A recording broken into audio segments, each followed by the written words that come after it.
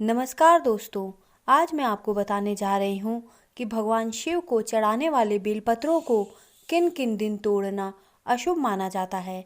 इसी के साथ ही भगवान शिव में बेलपत्र चढ़ाने के कुछ नियमों के बारे में भी आपको जानकारी दूंगी।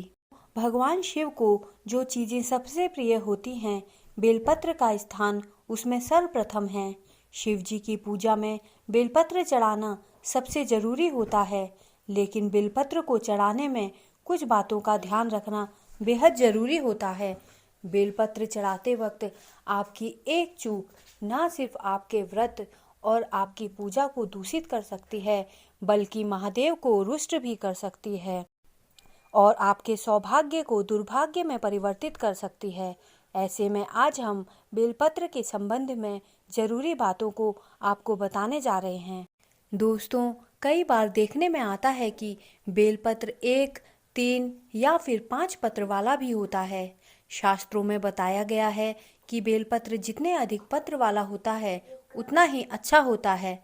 इसलिए शिवजी को बेलपत्र चढ़ाने में कम से कम यह 3 पत्र वाला होना अवश्य चाहिए। जब यह 3 पत्र पूरे होते हैं तो इसे एक बेलपत्र माना जाता है। शिवलिंग पर चढ़ाने के लिए बेलपत्र चुनते वक्त यह देख लें कि बेलपत्र पर अधिक धारियां नहीं होनी चाहिए। बेलपत्र के बहुत से पत्तों पर चक्र और धारियां होती हैं, जिन्हें पूजा में प्रयोग नहीं करना चाहिए। कहते हैं चक्र और वज्र वाले बेलपत्र को खंडित माना जाता है। तो शिवलिंग पर बेलपत्र चढ़ाने के लिए छांटते वक्त यह देख लें कि बेलपत्र कहीं से भी कटा फिटा नहीं होना चाहिए। अगर आप अधिक बेलपत्र नहीं छांट पाए हैं तो एक बेलपत्र से भी काम चला सकते हैं, लेकिन ध्यान रहे कि यह कहीं से भी कटा या फिर आधा अधूरा नहीं होना चाहिए।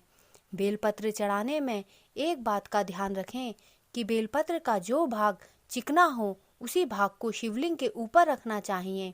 शास्त्रों में बताया गया है कि अगर आपके पास बेलपत्र अधिक नहीं है तो आप एक ही बेलपत्र को धोकर बार बार चढ़ा सकते हैं। कभी भी शिवलिंग पर बिना जल चढ़ाए बेलपत्र अर्पित नहीं करना चाहिए। पुराणों के अनुसार भगवान शिव ने समुद्र मंथन के दौरान निकले विष को अपने कंठ में रोक लिया था।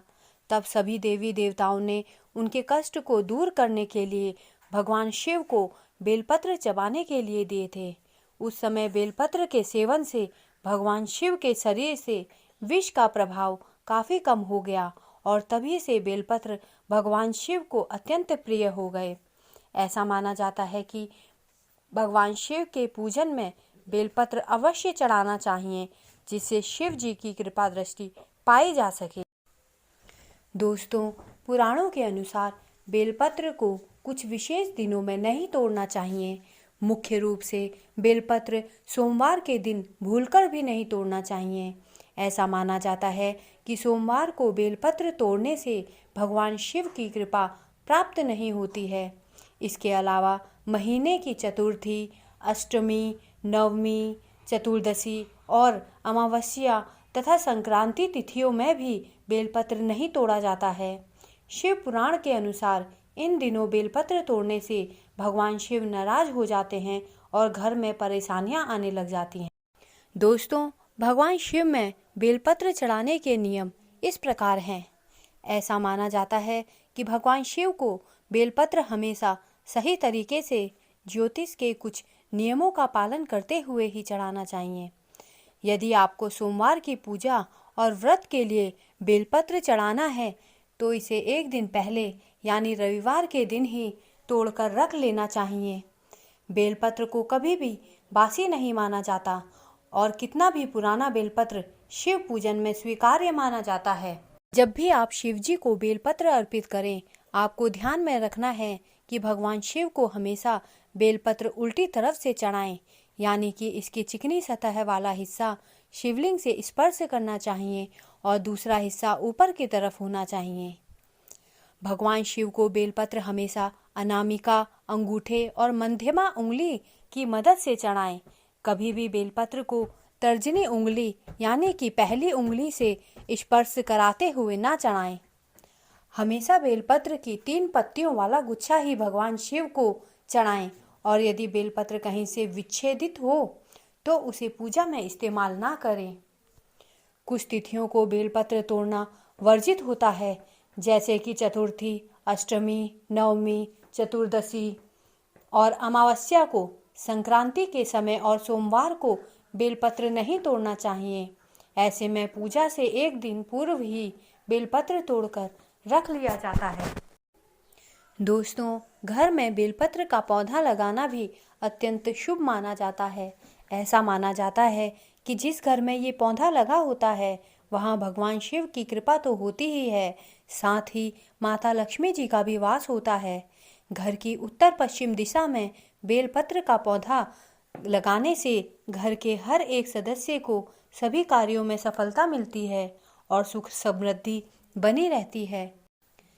घर की उत्तर पश्चिम दिशा में बेलपत्र का पौधा लगाने से घर के हर एक सदस्य को सभी कार्यों में सफलता मिलती है और सुख समृद्धि बनी रहती है। घर में लक्ष्मी जी के आगमन के लिए उत्तर दक्षिण दिशा में बेल का पौधा लगाना चाहिए। घर के ईशान कोण में बेल का पौधा लगाने से भगवान शिव की कृपा दृष्टि प्राप्त होती है। अगर आपने अपने घर में बेल का पौधा लगा रखा है तो इन बातों का विशेष ध्यान रखना चाहिए। बेल के पौधे को नियमित रूप से जल चढ़ाना चाहिए और इस बात का ध्यान रखना चाहिए कि इसकी पत्तियां सूखे नहीं। कभी भी अशुद्ध शरीर से बेलपत्र को स्पर्श नहीं करना चाहिए। भूलकर भी यहाँ बताई कुछ विशेष तिथियों में बेलपत्र की पत्तियां नहीं तोड़नी चाहिए। शिव पूजन में हमेशा बेल के सही पत्तों का ही इस्तेमाल करना चाहिए। दोस्तों, मेरे द्वारा दी गई जानकारी अगर आपको अच्छी लगी हो तो कृपया मेरे चैनल को सब्सक्राइब करें तथा मेरे वीडियोस को लाइक करें। धन्यवाद।